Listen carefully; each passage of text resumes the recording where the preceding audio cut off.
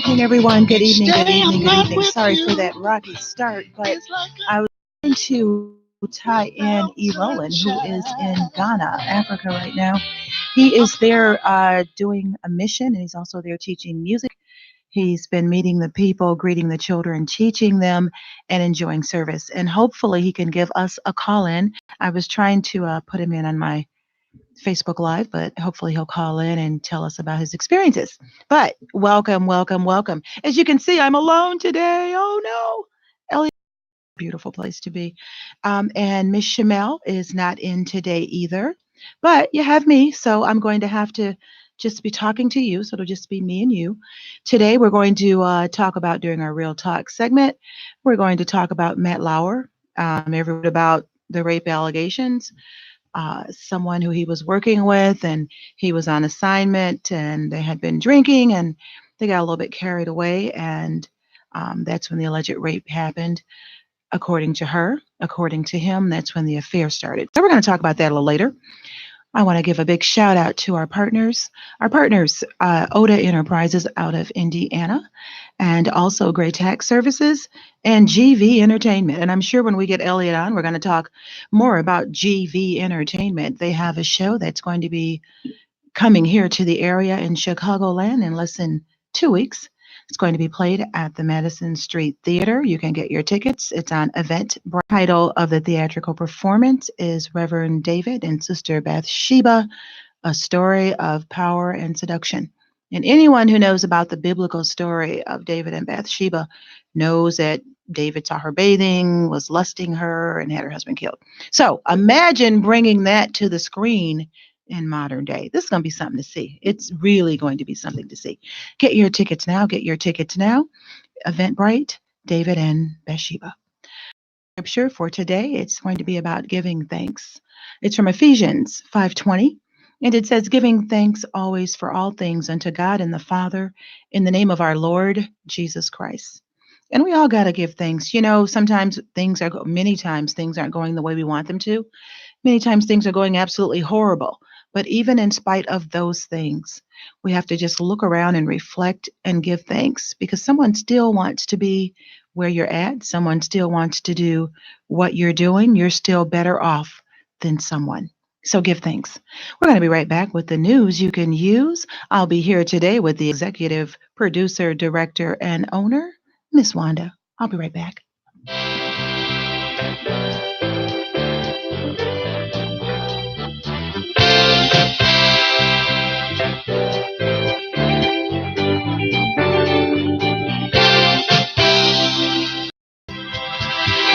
Once there was a boy and girl. Boy said, I love you so. Girl said, I'll never leave you. They grew older and loved each other, 'cause that's the way love goes. That's the way love goes. And there's a time, seems like you'll never find someone willing to love you. Keep on looking, you soon discover a mighty love will sometimes make you weep and moan. A mighty love, you sit all day by the telephone, 'cause you're all alone. You need a mighty love. You're sure to find true love and peace of mind at the end of a rainbow. There's no sign in the sky to follow, 'cause that's the way love goes. Baby, that's the way love goes. And so there's a rhyme that says life will soon be fine. Love is just what you make it. So keep on loving, you soon discover a mighty love will sometimes make a weak man strong. Oh, a mighty love sometimes make a rich man For those of you just tuning in, you're listening to the Voices of Change on Intellectual Radio. I want to read some of the comments I'm seeing now. Willie Gardner, hey, how are you? Tripping out. You know that song? Yeah. That is a friend of Voices of Change, Dante Hall, and Dante Hall supports everyone. I definitely support Dante Hall. Thank you so much. Romika, hey. E. Roland, why are you commenting to people? He can't help himself. E. Roland, we're asking you to call in, dear. You can call in at 708 223 8953. 708 223 8953. We want to hear about Ghana. Whenever you call in, I'll stop whatever I'm doing. If you can get through, if you can call in. And I also see Carol Jernigan. Oh, thank you so much for tuning in. Are you here? Are you in Alabama? Where are you at? Let me know. Send me a note. So we're going to start with the news you can use. The news you can use. Sad news to start it off. Sad to announce the passing of our friend and brother, former V103 Quiet Storm host Mel Devon. He was 61 and recently suffered a stroke. Prayers and comfort to his family, friends. The Chicago Teachers Union says it has modified demands on two of its key issues, class sizes and staffing, to try to reach a contract deal before its Thursday strike date. CTU President Jesse Sharkey said its new proposal does not solve all of our outstanding issues, but does provide a path to a contract. Union leaders speaking to the media Saturday afternoon after negotiations wrapped up for the weekend said they are open to accepting a phase-in of proposals to class sizes and to increase staffing of social workers, case managers, and school nurses. The CTU said it wants the phase-in to begin in neighborhoods with the most needs for these services. This gives the mayor a path to get an agreement in if that's her desire, said Sharkey. The latest statements appear to mark a shift in tone to a more conciliatory stance from Friday evening when the union blasted a city counteroffer as half-baked and wholly deficient. Sharkey called Saturday's bargaining session positive and encouraging, unlike Friday's, which he called a pretty sullen and angry day. I guess the thing about the wages, I guess they're okay with that, and I guess they should be. I think they're going to get a 16% bump, which will very soon have the average educator making six figures, which is good and which it should be. A 67-year-old man killed four of his neighbors and critically wounded a fifth in shooting Saturday evening at an apartment complex in Dunning on the northwest side, according to police. About 5:30, the gunman, who also lives at the apartment complex in the 6700 block of West Irving Park Road, went into a neighbor's apartment and fatally shot three men and a woman as they ate dinner. The gunman then went to the building, third floor, where he confronted another resident and he shot her. She initially survived and was taken to the hospital in critical condition, but later pronounced dead. All of the victims appeared to be in their 40s, and they knew the shooter. The shooter was not random. He knew the victims and have lived in the unit for over 15 years. Wonder what happened with that one. That's horrible. The GOAT. This is the GOAT.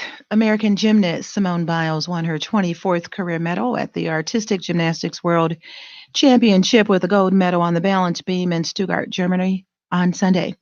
This means Biles surpasses Belarusian Vitaly Sherbal's career total of 23 World Championship medals. Now tell me, isn't she truly the GOAT, Simone Biles? This was an interesting story, particularly for those that have children that are dealing with ADHD. And after you hear this story, then you're going to think, well, what about some of the other diseases that they're treating us for, or treating the babies for? The French do not recognize ADHD, attention deficit hyperactive disorder, rejecting the idea that medicines that are usually prescribed for the condition are at all helpful. These two very different cultures have different ADHD levels in children. In America, the rate is 19%. In France, it's 0.5%, or better said, a half of a percent. For that half percent, the treatment includes no chemical or medical or medicine whatsoever. They opt for old-fashioned methods. French children are subjected to much less sugar and additive-laden sugary cereals, fast food, and fizzy drinks are consumed in much less volume than in the U.S. They are not shown the same advert-driven television programs and led an altogether more simpler life. In 1998, Dr. Edward C. Hamlin of the Royal College of General Practitioners said ADHD is fraud intended to justify starting children on a life of drug addiction. One of the founding fathers of ADHD, a medical psychiatric disorder, Leon Eisenberg, confessed on his deathbed in 2009 at the age of 87 that ADHD is a prime example of a fictitious disease. The evidence is overwhelming that the treatment for this condition is a fraud. This is hurtful. When you think about all the medication that's been dispensed for kids and all the labeling of children that says that they have ADHD or any other disease where they have to have meds, could there be another way? Is holistic and nutritional, similar to what they do in France? Could that be used for many other kind of diseases? They're basically saying that this disease was made up. Makes you wonder.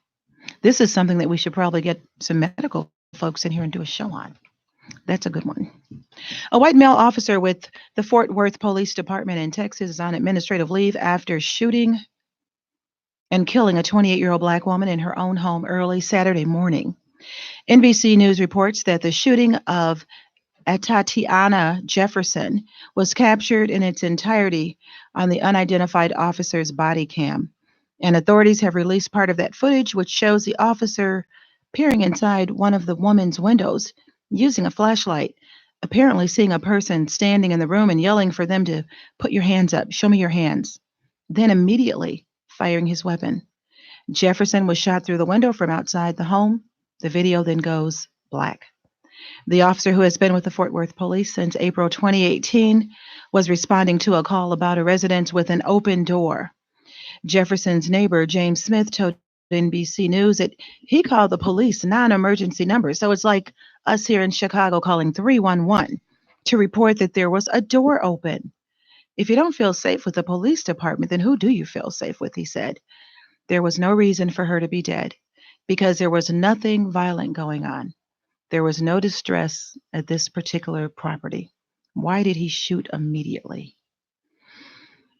That's a sad story. 28 years old. 28 years old. Someone calls and say the door is open. She's in the house. He peers through the window and blows her away. Basically what happened.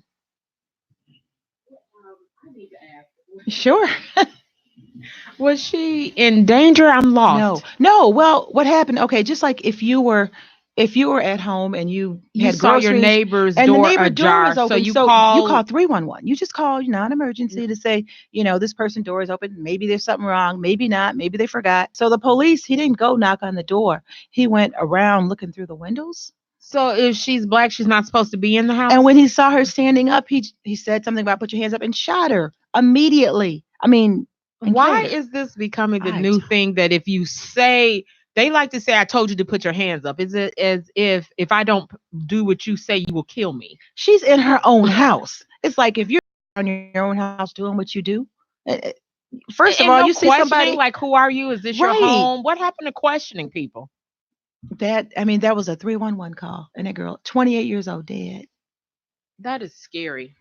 Yeah. Because now in your own home, you're not safe to call the police. And he didn't even go to the front. He went along the side, looking through the windows. And are you supposed to listen to the man in the window? Right. I mean, that's not funny. I'm not saying it's funny, but seriously, because the man in the window who says, "Show me, raise your hands." Right.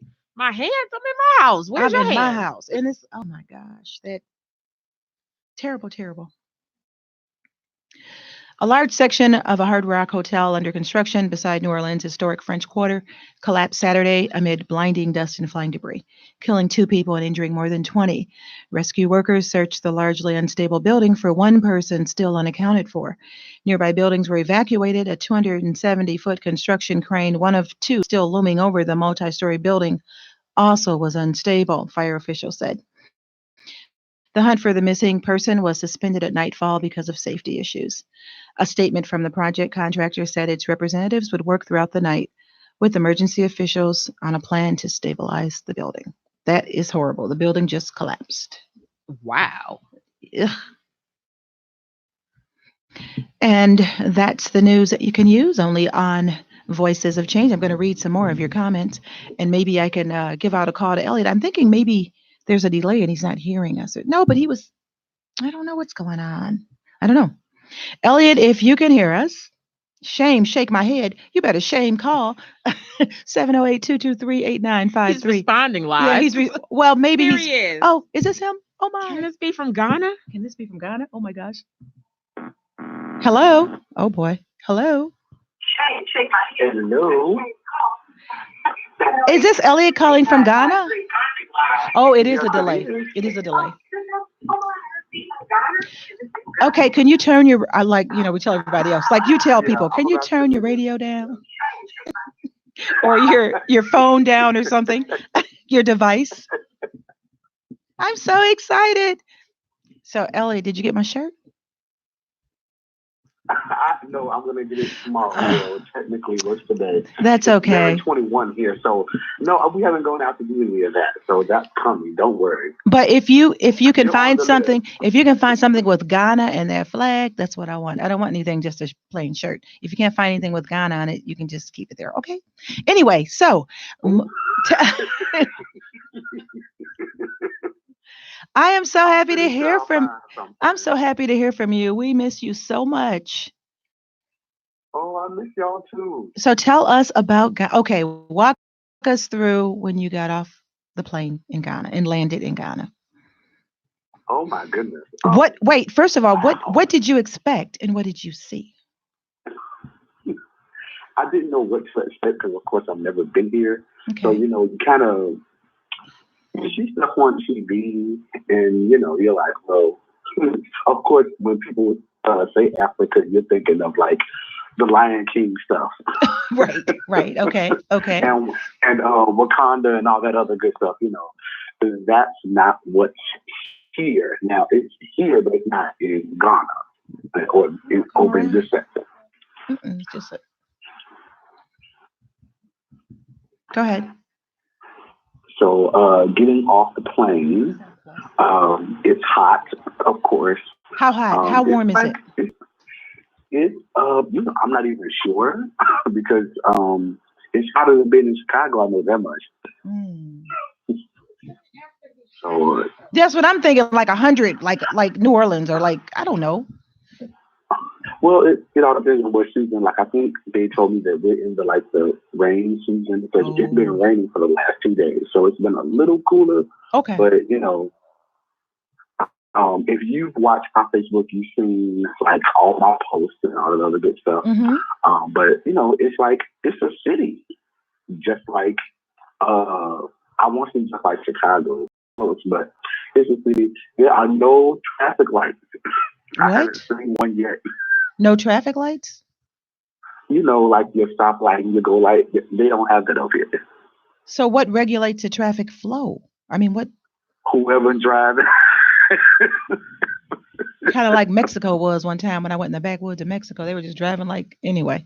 Wow. Yeah, you just, you may let somebody go here. You just got to watch out and make sure nobody's coming if you got to turn. It's quite interesting.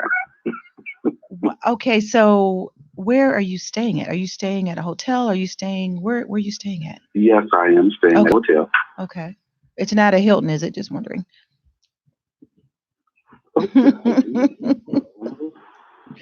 Okay, tell us about you keep talking about these kids.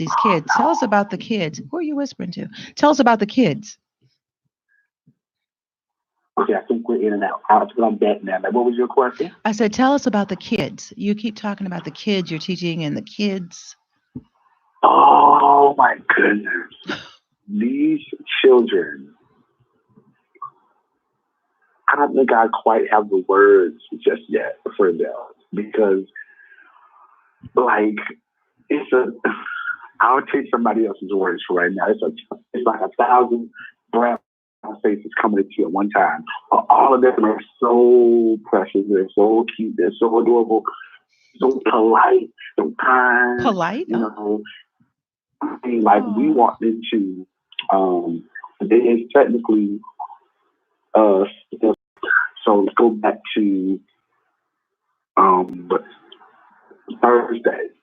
Thursday, we went into the church where we were doing our work at, and they also have a school that's there as well. So we went to the school. There are over 1,000 children in the school. And wow. over 1,000, over 1,000 children. Wow. All ages, or is it And like elementary? yes, all Okay. ages, Okay. all ages. And we walked into the classroom with a group of children, and we got into the upper grades. The students stood up as we walked in the room. They We stood were up looking, out of huh? respect. They stood up out of respect, like, Yes. wow. The pastor said, we teach them how to be respectful. When an adult walks into the room, you stand. And they stood until we gave them permission to sit. Oh my. Let me ask something. I was outdone. Can you hear me now? Can you hear me? Yes. Mm-hmm. Okay. Did you feel? How did you feel the people? Um, how did the people accept you? You know how you always feel. People always say when people go to Africa that Africans feel a certain kind of way about Americans. Did you sense that at all? I don't know if you heard me. I think, yeah. Did you hear that question, Elliot? Rolling. Yeah, it kind of went out. Elliot? Okay, maybe it went out. Maybe the rain had to go out like our cable goes out with the rain. So, on that note, I guess we are going to, unless he comes back, we're going to talk about the Real Talk segment. Elliot, can you hear me at all? No, it went completely out. I thought it would. Well, I'm just so glad I got a chance to talk to him at all, particularly from Ghana. And he said, it's a rain season, it's raining. The connection was a bit delayed, but I could hear him well, and I could hear the enthusiasm in his voice. And when he comes here next week, I'm sure he's going to tell us a whole lot more. But for right now, we are going to go to the Real Talk segment. And the Real Talk segment is about to begin now. In Catch and Kill, Farrell reports that Neville's told him that she ran into Lauer at a hotel bar. So we're talking about Matt Lauer. Matt Lauer is being accused of rape. He's being accused of rape because him and an associate went on an assignment. And let me read it from here. While she was covering, they ran into Lauer at a hotel bar while she was covering the Sochi Olympics. After taking 6 shots of vodka, she said she went to Lauer's room, where he pushed her against the door and kissed her. He then pushed her into the bed, flipping her over, asking if she liked anal sex, according to Farrell. He's the one who wrote the book. In the midst of declining several times, Neville said he just did it, and that she wept silently in a pillow during the assault. I think this is him calling back again. Ooh, Mr. Bell. Yes. Can you? I think it went out. I was talking to you, and I was starting the other segment, and the phone call went out. So if it goes out again, we're going to just have you do a long report when you come back to the show. But I did have a question. Okay. Can you hear me? Can you hear? Because I want to get this question out because I've heard so many things about it. Okay. Did you feel any kind of sense that Africans treated you different because you were American? Not at all. As a matter of fact, the opposite. Come on, talk to me. They're very, it's been very hospitable. I haven't had any of that going on. Thank you so much. Thank you so much. I really wanted to get that off because people always have these opinions of the continent. So I'm glad that you're there and you're speaking firsthand. Tell us some more about it. The one thing I will say, and I was going to post this, but I'll say it. When we first got off the plane and we got into the van that was taking us to the hotel, the pastor said, "Welcome home. You are home." And did you feel that? From that point until now, I feel like I'm at home. I knew you would. I forget where I am. Really? Yeah, I forgot I was even in Ghana for a minute. I'm like, oh, I'm not in Chicago. But because you know how if you go out of town, you feel like you're out of town? Yeah. You never feel at home. I feel like that. There's a part of me that's here that's just like, I feel like I've reconnected. It's been so much. You would definitely have to go and look at the videos to really, like, for me to get into detail. But it's so it's so rich. It's so like beautiful here. Like I was just outside like an hour before me and you spoke, and I'm like, oh, I can see the. You can look up and actually see the stars. Like it's amazing. And you felt like you were at home. Yes, from the time he said it until this very point, I can tell you that I feel comfortable. I feel at home. I feel like a part of me is here. Wow. I've learned so much just in these the last few days I've been here and just being around, you know, can I say my people? Even today in the service, the pastor, there's 12 of us that came, and the pastor was like, he was telling the congregation, this person looks like they come from this tribe, and this person looks like they come from this tribe, and they were all in agreement. Like, oh yeah, they could come from this tribe. And I mean, the pastor and the pastor's wife were like, yeah, you look like you belong to this tribe, and blah, blah, blah, blah. But it meant something to know that there's a part of you that's here. As African Americans, there's a part of you that is definitely here. If you never knew it, I'm telling you, there's a part of you that's definitely here. You're gonna feel it when you get here. That's the best way I can describe it. What a connection! Wow. I cannot wait until you come back here, and tell us even more. I mean, to even do part of the show on it, on your experience in Ghana. We would love to hear it. When are you coming back to the States? We leave on Tuesday, so I will land in Chicago on Wednesday afternoon. Wednesday afternoon, okay. And we have a lot of work to do. I didn't tell anyone, but you are the music director of the stage play, and you've written original songs for it, and they are fabulous. I got the email; they are fabulous, and we can talk about that too, because your gift is just shining. Your gift, and you're going over there. I mean, you're over in Ghana teaching now. What a blessing! It's a blessing to even know you at this. I'll say this in a week or two, but for now, it's a blessing to even know you. It really is. Oh my God! I am so proud of. I am so proud of you going to my homeland. I was only hoping that you can go, a couple of hours just to see Oda Ghana, but that's okay. You're in Ghana, and I am just so proud of you. Well, I am happy to know you, Janice. You are like the bomb. Wanted to be. I tried to watch your show today. I fell asleep because we were just getting in from church. Okay. So I couldn't watch. I know. Wanted to be. Wow. Yeah. Like I pulled up. I'm like, oh, I can watch this, and I'm like, I was snoring before I knew it. God. The service was 3 hours long. I know. I saw that. 3 hours. But when I tell you, if you look at those videos, I only took like a minute of each portion and put it up. 3 hours of that. Nonstop. But I'll get into that when I get back. But it is just a joy to be able to experience this and to be able to share it with you and everybody. Janice, you are amazing. I thank you for thinking of me when it came down to this play. It has definitely been some work. I'm looking forward to seeing it through. So, and a lot of my people have been sharing it. So I'm hoping people are going to buy tickets and they're going to come. And I think they're going to enjoy this play because I've enjoyed working on the music. I've enjoyed reading the script. So, yeah, I'm excited. Well, I'm going to tell you, that first song, how you come out banging. Oh, my God. Anyway, we will talk about it when you get back. Look forward to working hard in Hell Week. Okay, be blessed. Yeah, because it's coming. Yep, traveling grace. Bye-bye. Thank you. Bye-bye. And that was E. Roland. Boy, that all the way from Ghana. That is amazing. I love it. Wow. You know how you always hear people say, well, those Africans don't like us anyway. They treat us like that. So I just had to get that question off. Just how did they treat him? How did he feel? I thought it was amazing that he said when he walked in classrooms and they knew it was adults coming in, girl would probably cry. I think them telling him you're at home and him yes, feeling that. And he said he would turn around, not even, is he at home in Chicago?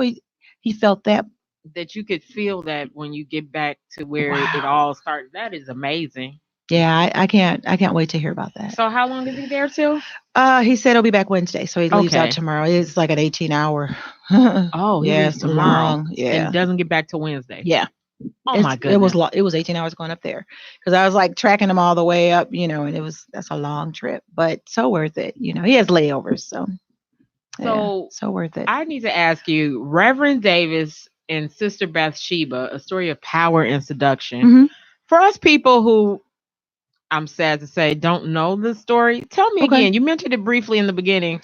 Well, and I'm gonna tell you, Elliot is such a master at this story. When he read the script, we were talking for like hours, and I had to go to sleep. It was 1 o'clock in the morning, and he's still talking about, the writer did such a good job because he made it so in line with the biblical story. The basis of it is the backdrop is David was a king. Now you know about David. He was a psalmist. He wrote all these hymns and stuff, and he was a king, and he was a very powerful man. He had a whole bunch of concubines. He had a wife, and he saw Bathsheba bathing. She was just bathing. They used to just bathe, had her long, beautiful hair, whatever, her long natural locks, and she was bathing, and he saw her, and he wanted her. Now, Oh, I can't wait to see this play. this man was powerful. He could have anybody he wanted, but he saw her bathing. She was married, kind of newlywed. She was married, but he wanted her, and because he wanted her, he said, she has a husband, so I want her. Best way to get her is probably to get rid of her husband. Ultimately, he Don't tell us. no, but this There's a twist. this is a biblical story.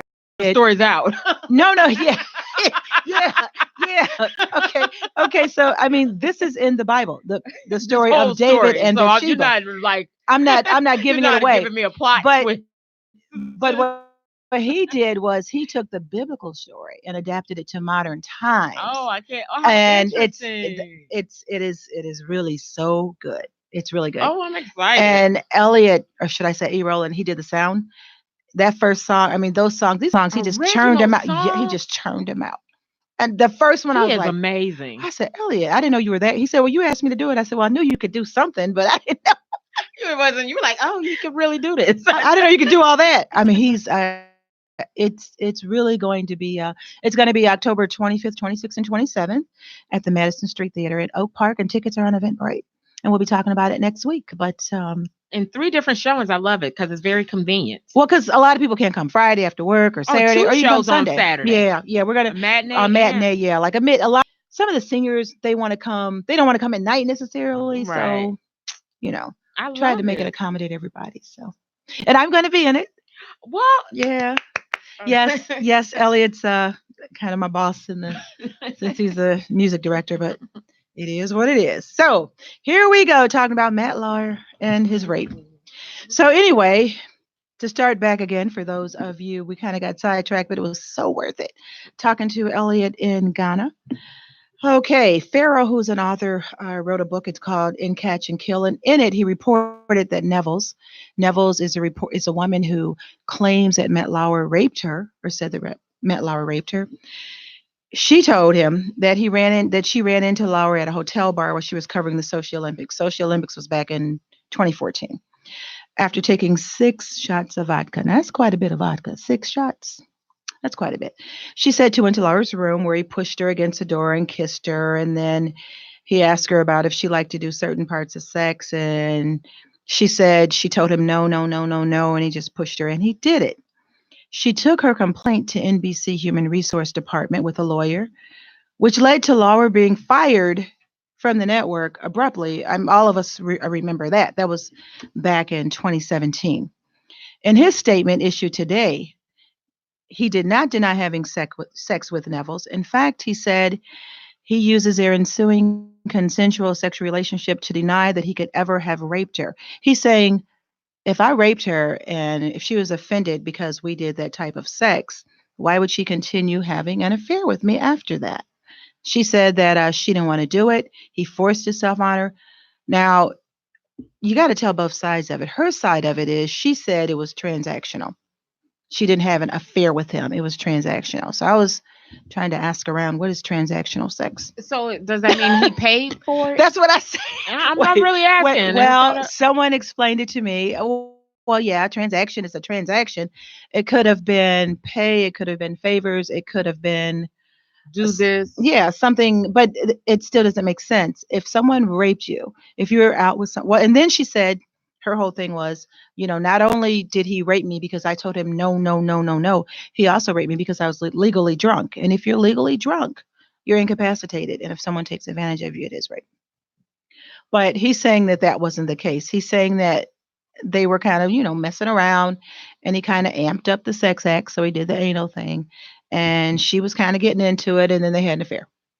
That's what he said. But I don't understand, and I've asked this question. And of course, social media is a buzz with this very topic, and I do understand the sincere nature of this. I don't want to sound like I'm being insensitive to victims of rape. I just honestly, and I'm trying to understand, I'm not understanding really where you go back many times to someone who raped you. Why don't you stop dating, stop seeing them? And I know he's a person of power. Yeah. And he was her boss. He wasn't directly her boss, though. So she wasn't going to lose her job if she didn't continue in the transaction. No, but it's not unusual for a person, from what they say, from what therapists and everyone says. When a person gets raped, it's not unusual for them to continue having a sexual encounter with the person who raped them. They say that's not uncommon.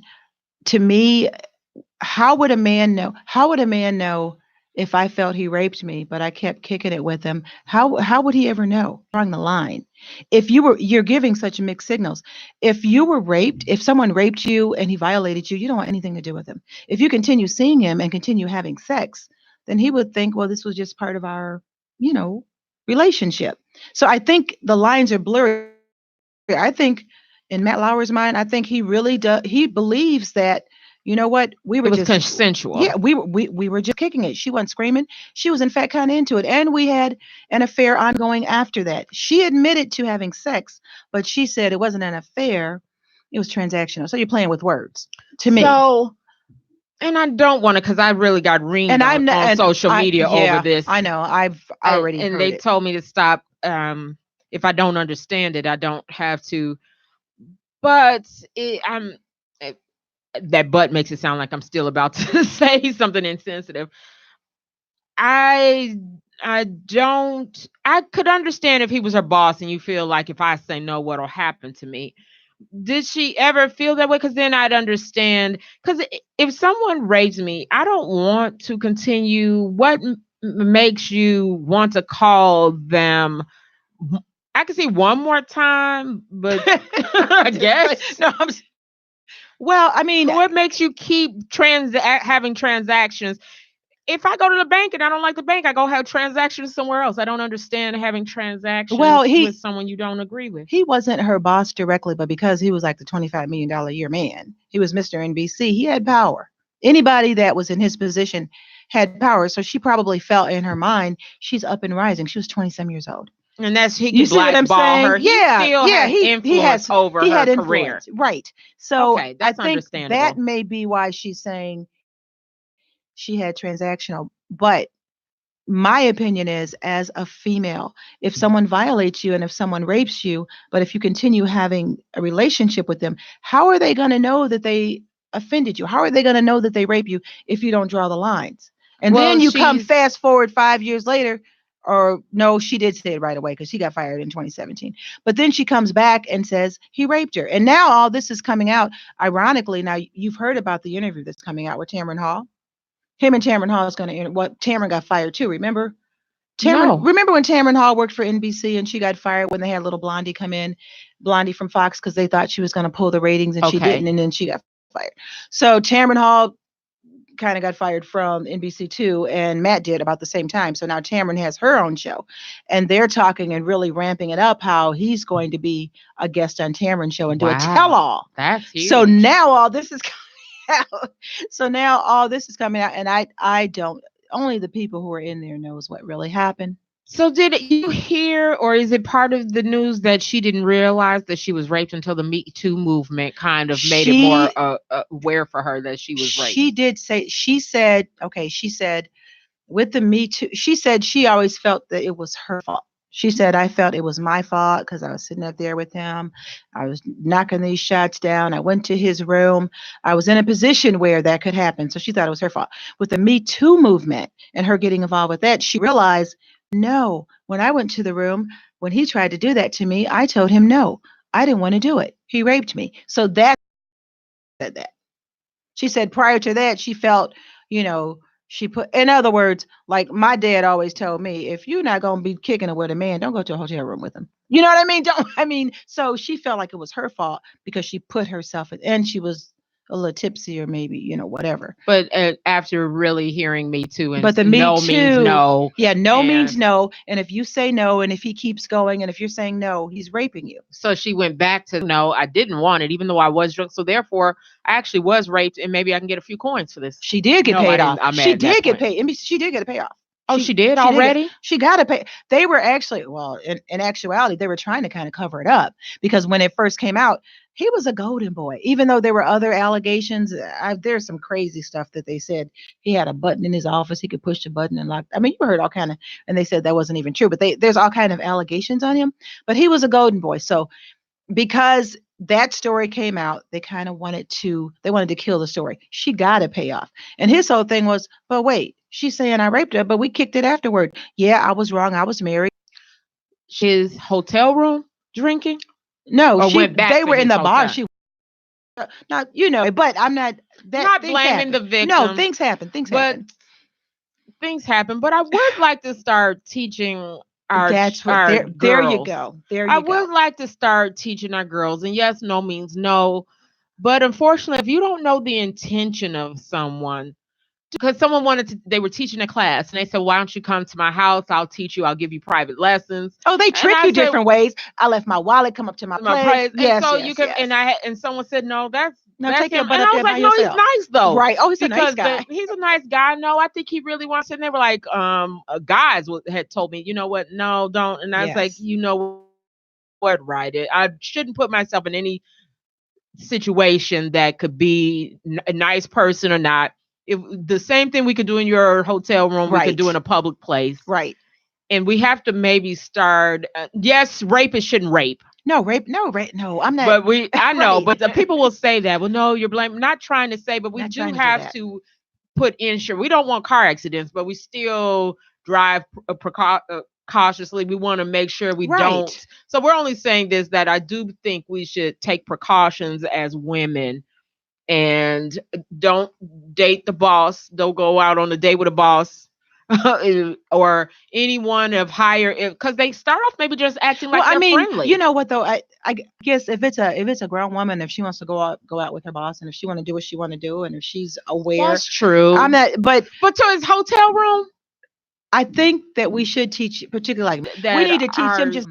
And there's probably a bunch of 501c3s out there that have seminars to teach little girls that. I don't know. And I'm not I'm not good at this, so I know I'm probably saying something that some woman will go, you shouldn't say that. I've been hearing it all day because I'm talking about this, and people say, I can't believe you think like that. I'm like, yeah, I do. You need to draw a line. If you took it and you raped me, I don't want nothing to do with you. If you still kick it with them, how they? But that's anyone. If anyone does something wrong and you don't say anything, and then it seems like you're okay with it, that it wasn't a problem. But you were okay with it because we kept seeing each other sneaking around. He was married, Sherry. Everybody knew he married many years. Yeah. So you still knew you were about to do something. Even going to his room, you could have been like, "You're a married man, right? I'm not going to do shots in your room." After 6 shots, why am I going? But I'm sensitive to this. I'm working on it, you all. I am too, but Woo, ouch. Oh, I guess. Wait. I guess I said something I really shouldn't have said. Woohoo! That was funny. That was funny. That was kind of funny. Well, why is this thing flipping like this, man? I am having a time with this thing. Your friends jumped off the table. Oh, Come back, friends. Come back, friends. Come back, friends. Don't jump off the table. I guess I said something that I shouldn't have said. But anyway. So we, as women, particularly being women, we have to communicate to our younger sisters, particularly like 15, 14, that middle school age. We got to tell them how to draw the lines. Now, someone who's an adult, they want to kick it with their boss. They want to do whatever. They're grown. They're going to do what they want to do anyway. And this girl was grown. She was young, but she was. But still, you're going to do what you want to do. But what's the difference of this girl going to his room intoxicated? Why go to his room? I don't want to blame her. Are you doing this again? I know. Let's stop. This thing is going to flip. But this is what we're supposed to be talking about. But this is what we're supposed to be talking about because it's really putting men and women in a bad situation. I mean, think about it. he probably thought, okay, we done ramped up our sex. And she's saying, oh, he violated me. I never wanted to do that because Me Too says that now anybody know no means no. And if he truly violated, but see what she was That's even thinking, before Me Too. but what she was thinking was he probably violated me, but I can get something out of this. I mean, think about it. He's a $25 million man. He's Mr. NBC. So He could be pull the the setup. strings. So, And in this day and age, stupid him, he should know the setup. Why do married men do things like this when they have so much to lose? She had everything to gain from this situation. He wasn't. What do you mean lose? What was he gonna lose? His job, his reputation, his money. He didn't think he was gonna lose his. I think that shocked him. I mean, because they just came down on him and said, "Bye, you gone." He was in a movement. He was part of that Tavis Smiley. It was a lot of people all wrapped up in. It was still Bill Cosby, I guess, and Harvey Weinstein. The Me Too. The Me Too. And it did, I guess, make her say, "Okay, let me mention Matt Lauer." High profile rich men. That's what they really. I mean, those are easy targets, and they had a lot. Let me read some of the other things that they said, and I don't know how true this is. These are allegations. The claims ran the gamut. He made lewd sexual remarks about female colleagues. He once invited a female employee to his secluded office. His manhood. He gave one female colleague a sex toy with an explicit note about how he wanted to use it on her. One was from a former employee who says she had sex with Lauer in his office in 2001. She told The Times she felt helpless because she didn't want to lose her job, adding that she didn't report the encounter at the time because she felt ashamed. The allegations didn't stop there. Lauer would also reportedly quiz female producers about their sex lives and play a crass office-themed version of the game, F-U, Marry, or Kill. I never heard that. He also reported had a button on his desk that allowed him to lock the door. Two women tell Variety that it enabled him to welcome female employees and initiate inappropriate contact while knowing nobody could walk in on him. He may have been a pig. I mean, I don't know. It sounds like he's a pig. And he probably was. Being a pig does get ignored in the workplace, which that has to stop. That culture of everybody just saying, he's like that and letting it slide. Right. He probably, because when you have like a multitude of allegations, now they didn't accuse him of what she did, but they had a multitude of, he was out of hand. You know what I mean? And they were probably kind of leery. They probably had these great jobs and they want to curse him out and whatever, because they had these great jobs. So he was able to get away with that. That's just creepy Matt. Just stay out of his office. I mean, yeah, right. That's just Matt, right? Don't go in there. But, he had a wife of 20 plus years. He had been having affairs. His morality was, I don't know, in the toilet somewhere because he just did what he wanted to do. Why did he get married? He's a young, nice looking guy. He didn't have to marry, but he wanted a family too. You don't really get ahead without being married in some. Well, that is true. Even to run a country, they want you to have a wife. To be anything high profile, they want you because you look more stable. Because if you don't have a wife, then you're going to be pulling everybody's skirt. But he was doing both. You're less trustworthy as a thing. You think so? No, not. I think that's how it appears. I don't think that makes you less trustworthy. I don't either, and no. I don't think it makes you less garden toolish either. Yes, but I do think there's some kind of stability in his family, more likable when you're a family man, sort of. Yeah, because that sells. When you get to a certain point, they'll tell you they want you to have that of a family and 1.5 kids or 2 kids, however many people have now, and to relate to the moms, right? Relate to your fan base, right? Yeah, which is going to be generally family. So let's see if we have any comments. What time is it? Wrap up time. I didn't know it was this late. Oh my gosh. So much time in Africa. I know we did spend a lot of time. So in conclusion, I have my conclusion already. It's important who say, I did not do this. This is not what happened, as it is not to shame women. We shouldn't shame women, and we were not shaming women, me or the executive producer, and to silence or dismiss out of hand their uncorroborated accounts. We have to find that middle point between the two pendulum extremes of excusing all men and believing all women. I think what Matt Lauer is doing is an important step. While his moral code, which apparently allows for serial adultery, is flawed, that does not mean he should be labeled a rapist if he didn't rape her. But if he did, he should be. Or impassioned statements in front of a Senate Judiciary Committee, they should be allowed to do some. And our social legal system should be fair as humanly possible, guaranteeing that right for men in this Me Too era is not another way of silencing women. It is the only way to make sure that the truth is spoken and heard. But we have to learn how to be objective and always listen to both sides.